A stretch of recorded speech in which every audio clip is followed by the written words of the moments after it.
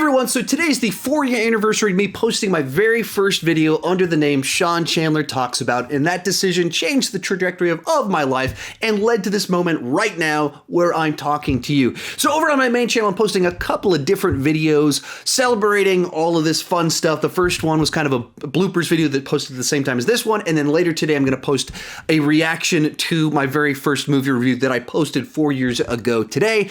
And over here on my second channel, I thought I would just share kind of my 10 favorite moments. They're not exactly moments, they're kind of categories of moments, cool things that have happened because of starting this YouTube channel, that I just wanted to share some stories, share little pieces of history, point you towards some cool stuff that happened. And let's get started. First one on here is I started and it's stuck. So essentially, I'm kind of one of these people that always loves to create things. I've always been that person that at the end of the day, I want to have something new that I've created today. And I can look back and say, I did something today because this exists. And because of that, going all the way back to the late 90s, I had a Jackie Chan movie webpage where I wrote action movie reviews. I've had blogs. I've always been the person that created tons and tons of stuff, but it never stuck. Even this YouTube channel, Sean Chandler Talks About, started July 17th, 2016, but I posted content on this YouTube channel going back 3 years before that, as kind of these false starts under different names, like the non-essentials was a big name that I used. It never went anywhere. I never stuck with it. I post 2 reviews and I do Star Trek Beyond and The Amazing Spider-Man 2 and take a few months off, and Now You See Me, and then take a couple months off. And it didn't stick. And so I post like 10 videos over 3 years or something like that. Then July 16th, 2016, went to go see Ghostbusters with my wife, and everyone was talking about the movie and everyone had strong opinions. The internet was freaking out about it. And I went to go see it, and I had fun with it. It wasn't great. Certainly didn't live up to the reputation of the original. A lot of problems, but I didn't hate it. And I thought in and of itself that was kind of interesting in light of how much everyone else seemed to hate the movie. So I went, all right, let me post my very middle of the road review for this movie. And 4 years ago, that review posted, and I assumed I was only going to stick with it a couple weeks, just like every other time I'd done this, and it didn't stick. And that's not what happened. I actually ended up sticking with it, obviously, because I'm talking to you right now, and it turned into a whole new career for me eventually. Number 2 on this list, I'll talk about my MCU Ranking Explosion.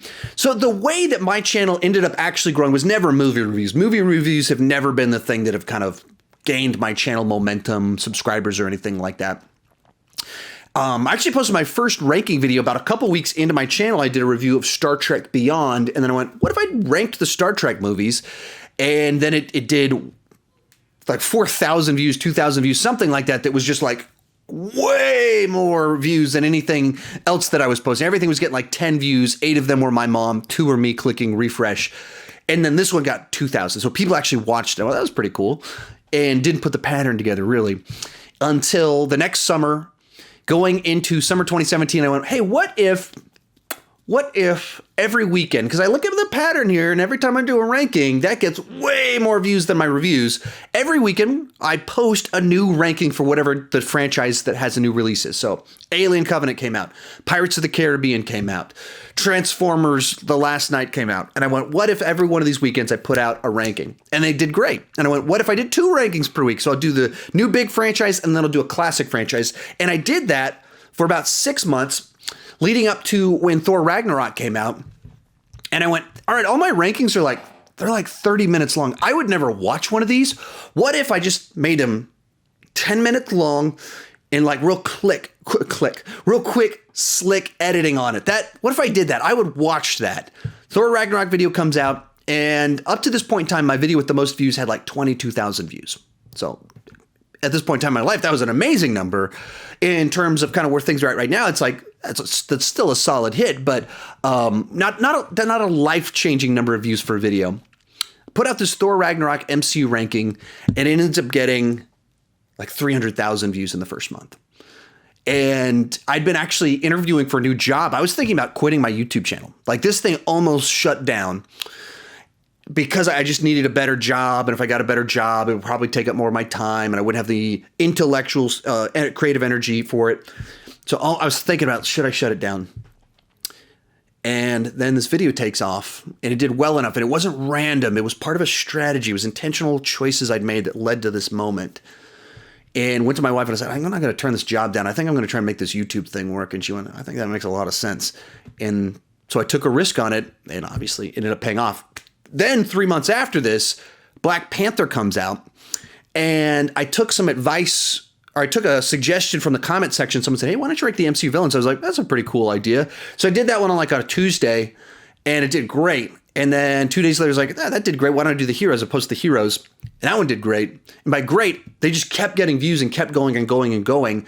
And to this day, years later, those are the 2 most viewed videos on my channel. The villains video has almost 1 million views. The other one has like 700,000 views. And so these just suggestions, 2 videos I posted 2 days apart from each other have over 1.5 million views together combined. And that legitimately changed the full trajectory of my life, posting these 2 videos. But once again, it was just kind of like learning that strategy. Like, what do people actually click on my channel? What do people actually like? How do I provide more of that and in a way that people really enjoy?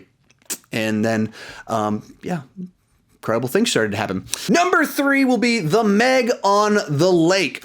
So about 6 months after the Black Panther explosion, I really started to get onto a bunch of the press lists. I'd gotten enough subscribers, been to enough press screenings, shook enough hands, gotten enough email addresses, done enough hustle that I got added on the press list. And one of the very first things I was invited to, I got added to a press list, and it's like, hey, when are you guys doing your press screening for the Meg? And they went, actually, it's this weekend, and it's on the lake. On the lake? What does that mean? And so the first public screening of the Meg was here in Austin, and it was us in inflatables out on a lake watching the movie on a big gigantic screen. And if you're trying to get the best sound and picture, not the best way to watch any movie. If you want like an experience that's just really cool, watching a movie on a lake, this is pretty cool. Apparently when they do this with Jaws every summer, they do Jaws screenings on the lake, and they will put someone in a shark suit with the fin, and they'll grab people's feet during the movies. They didn't do that during the Meg because it was a press screening and they didn't want to interrupt people's first viewing of it, but really cool experience. I did a whole vlog on it over on I guess on this channel, and I'll try to link up to that right up here. Number 4, I've just done some fun intros. I like to be creative, and I wish I did it more often. I actually constantly tell myself, all right, set a goal every 2 weeks, once a week, whatever. Try and do one of these fun, clever intros, and then I don't do it. But anyway, here are some of my favorite intros I've done for my videos.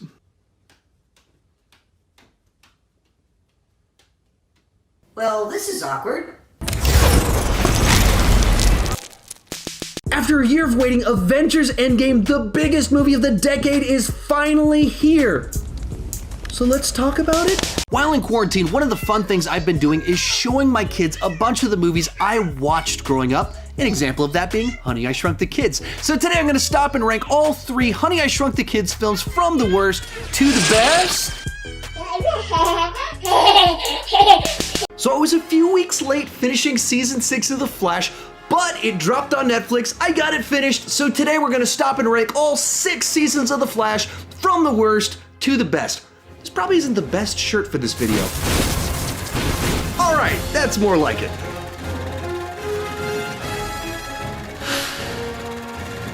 Hi, my name is Sean, and I love to talk about movies way too much. Number 5, Comic-Con talk. This one is actually a whole string of stuff happened last summer that was just an amazing string of experiences.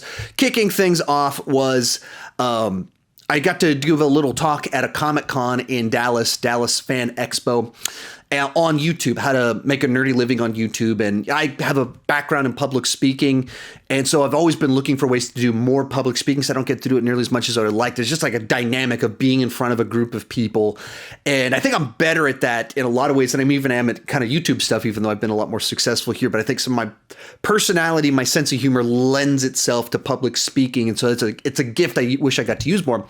So I got to give this talk, which was really cool just because I got to give the talk at a Comic-Con. It's like me with my very own panel.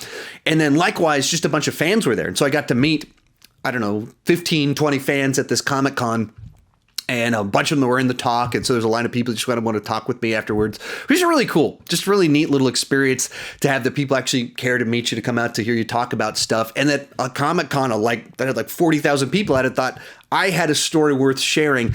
So one of my goals for 2020 this summer was to speak at like 5 to 10 Comic-Cons this year.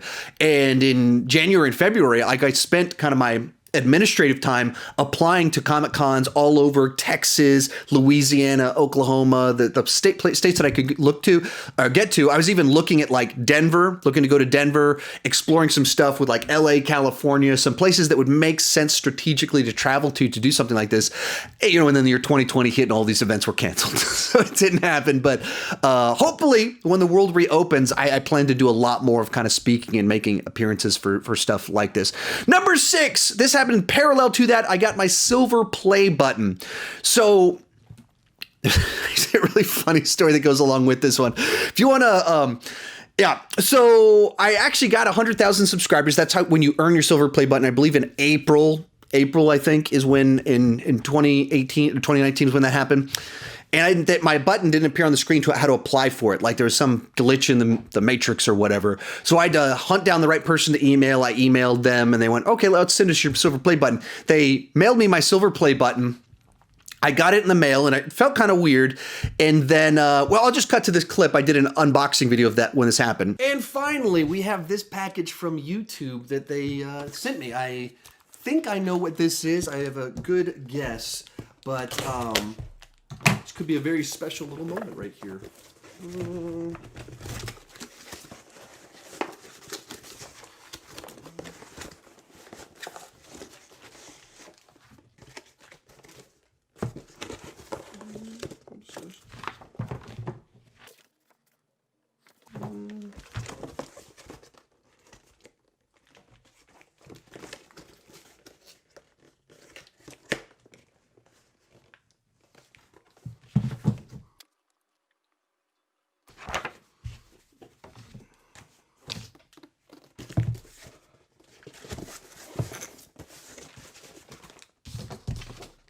Okay, so they sent me a package that inside of it's this right here.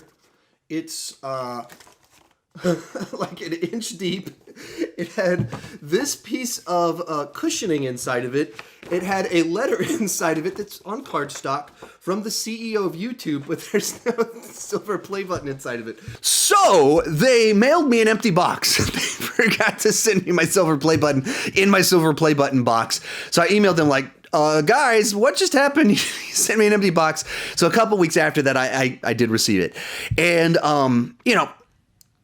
it's kind of weird because in the one sense, 99,000 subscribers doesn't feel any different than 100,000 subscribers. But there's just something about hitting those milestones that it's like, I did this, like this little hobby.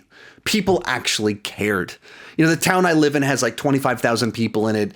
And I've got way more subscribers than that, which is kind of mind-blowing to think about. And so thank you guys. Really, truly, thank you so much for watching, subscribing, all of that fun stuff. And it's difficult to comprehend and process the fact that many people care what I have to say about anything.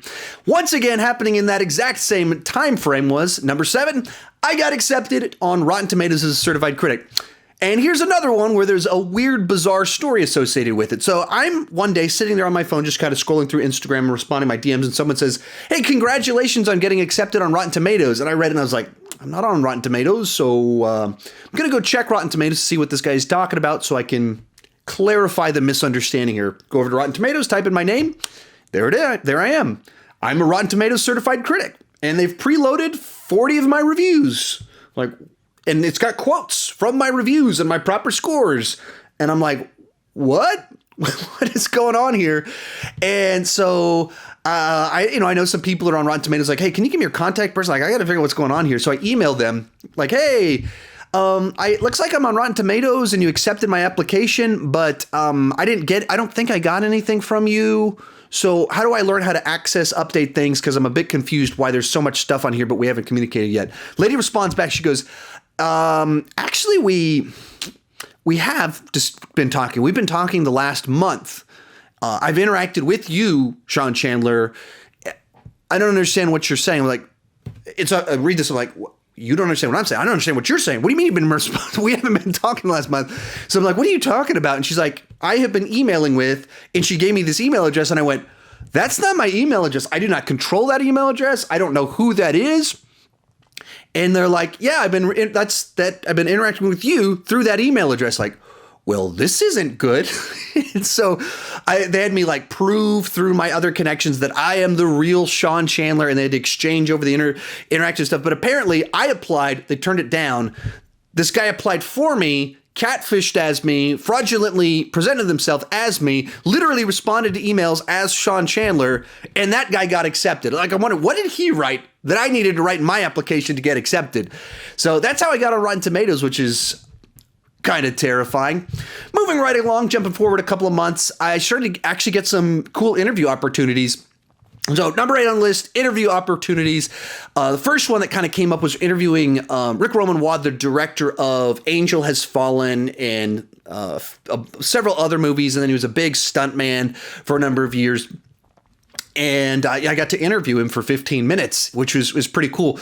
And it's one of those ones that, like, I did a pretty good job doing with the interview, and it turned out all right. But at the same time, it's like, man, I wish I would have, like, how much information I learned just from doing this one interview, how I would have done it totally different. Once you've been there, once you've been in the conversation, you realize they're just a person. They're not looking to be formal. They would prefer to not give the same answers that they've been giving to every other question. Everyone walks in like, what inspired you to do this? Like, they don't want to talk about that. They want to talk about, like, interesting stuff. If I'd known all that going into it, I would have done a little bit different. And then jumping forward, like just a couple months after that, I got to interview Gabriel Luna, the actor that was the new Terminator in the new Terminator movie. And he's Ghost Rider on Agents of S.H.I.E.L.D., and he's acted in a bunch of other stuff. He's been around for a while. And he's actually from Austin, and he's about the same age as me. And so then that one almost started. That was almost a really good interview, except I totally botched the intro to it. I'll tell you after. Well, thank you for interviewing me. Or excuse me. That's right. I'm interviewing you. But once we got past the botched intro and just started talking properly about, stuff, it was actually pretty cool because we're about the same age, from Austin. We talked about local high schools and stuff like that. So you're from here in Austin? I am. Born and raised. From Austin too. Went to Westwood, so oh, it's cool, very man. cool just to hear. Do you know how you guys got your mascot? The football team at Round Rock High. And this was actually press junket, and there's a real awkward, like the one where I interviewed Rick Roman Wad, they just put me in a room, they're like, you got 15 minutes.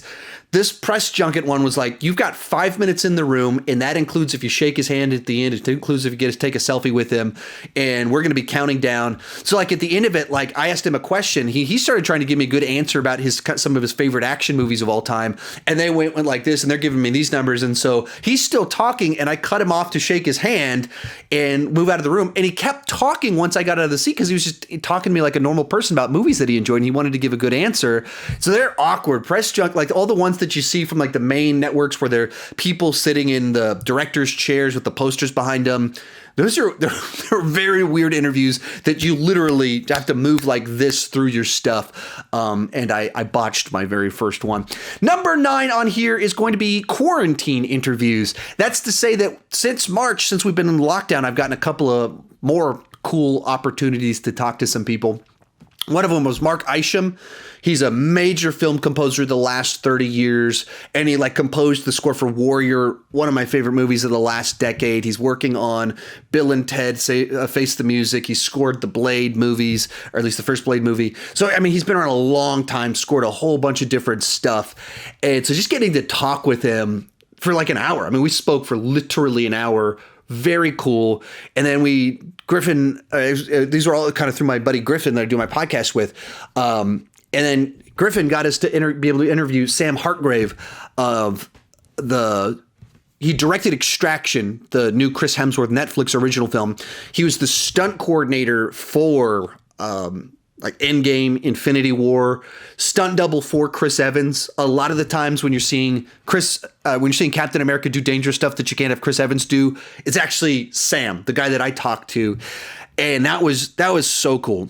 because once again, he's a guy that's about my age, and we're influenced by a lot of the same stuff that kind of what inspired him to become a stuntman, filmmaker, director is the same stuff that inspired me to become movie critic guy. I mean, we're like Police Story from Jackie Chan, and all of the same stuff is really cool. And like even the way he thinks about action, which is probably why I like the movie Extraction so much, is that we have such similar backgrounds in what inspired us and what has made us love these different genres. That was just a really cool opportunity. And then even beyond that, John Flickinger, one of the people that kind of inspired me to start my YouTube channel, one of those guys that earlier starters of talking movies on YouTube. I had him on my podcast and got to talk with him, and we message on Twitter pretty regularly. He responds to my stuff, and that's really cool. Just trying to think the same way that if you're someone that watches my content as just a fan, and then if just suddenly we were messaging back and forth real regularly, that's kind of what I've kind of been able to do with John Flickinger. It's pretty cool. And always been a super, really nice guy to me. And then kind of closing this last one out on here is just meeting a ton of people. Number 10, final one on here, meeting tons and tons of great people that become just my YouTube friends. And it's weird to think about how many of these people that I haven't actually met in real life that I interact with on almost a daily basis and have done tons of videos with. And I'm sure I'm going to leave out a ton of people on here, but Cody Leach, Rachel Wagner, Durbin and Durbania, Tyler Tompkins, Ryan O'Toole, reached out to me when I was first starting out on YouTube. Of course, Griffin Schiller, the guy that I do my podcast with, Zach Pope, 3C, just a bunch of these people that I've only met them and started interacting with because of YouTube. And they're people I interact with, like a lot of them very frequently. And more than I interacted with my real friends in real life, actually, a lot of them, because we're all people that naturally gravitate to YouTube. We're all into movies a whole bunch. And so I interact with them more than my real friends, which is pretty wild to think about because I've never met most of them in real life. I've never had a face-to-face with a lot of these people. So it's just really cool that this thing that started with a little whim, went to go see Ghostbusters, it's turned into a new career. It's given me amazing opportunities. I've made a bunch of new friends. I just even getting to interact with you, a bunch of you just kind of is just on Instagram in the comment section, over on my Patreon page. I've gotten to know a number of you just through all these mechanisms, and so many more people that I could even mention. I wish I could list everyone's names, but that would be a little bit of a boring video if I did that. But there's all the things that you're going to get when you do you think your hope dream for with the YouTube channel. Like, people care what I have to say. And I've had that, but it's getting to meet people, which has been really cool. And as I always say, I do this because I love to talk movies too much.